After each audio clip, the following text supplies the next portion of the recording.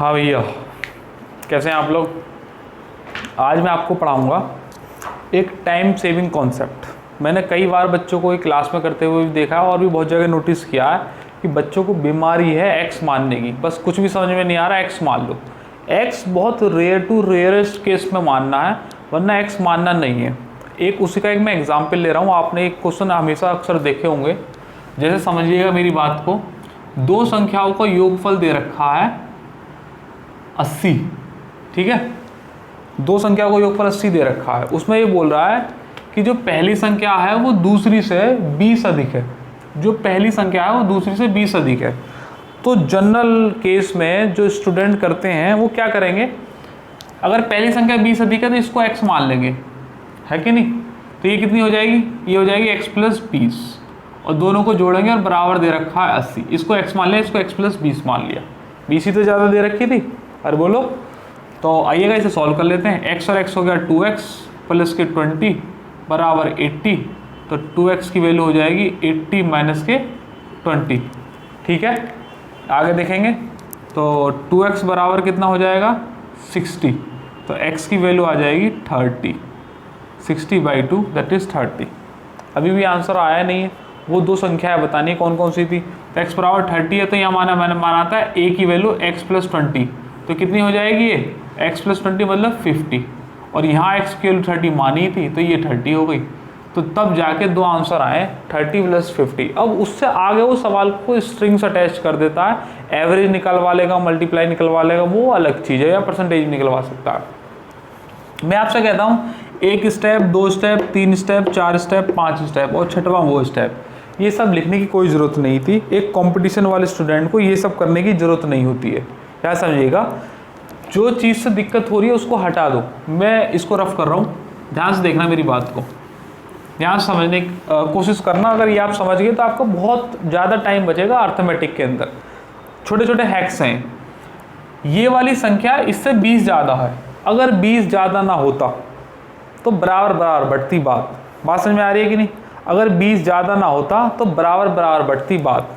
Light चली गई भैया, अगर आपको बीच में अंधेरा सा दिखाई दिया होगा तो हमारी लाइट चली गई है। थोड़ी देर मैनेज कीजिएगा, दोबारा तो रिकॉर्ड करेंगे नहीं, अभी देख लो बस। 20 की वजह से दिक्कत आ रही है, तो 20 को काट दो, बचा कितना 60। 60 बराबर बराबर बटेगा दोनों में, इसको भी 30 मिलेगा और इसको भी 30 मिलेगा।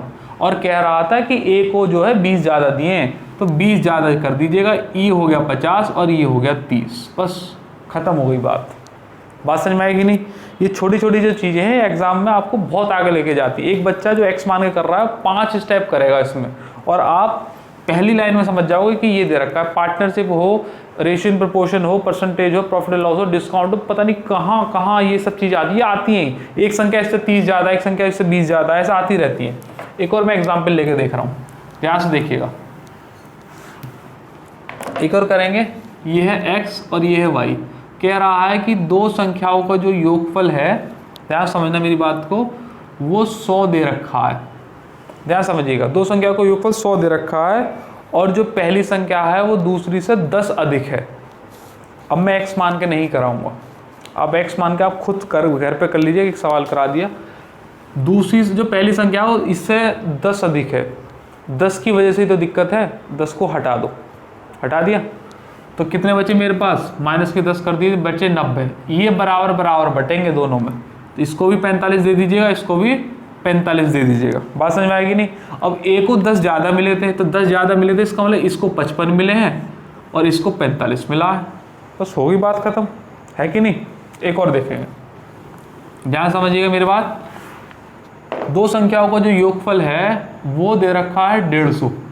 ध्यान समझना मेरे बच्चों, दो संख्या को जो योगफल है वो दे रखा है 150, और दूसरी संख्या, ध्यान समझो, दूसरी संख्या पहली संख्या से 40 अधिक है।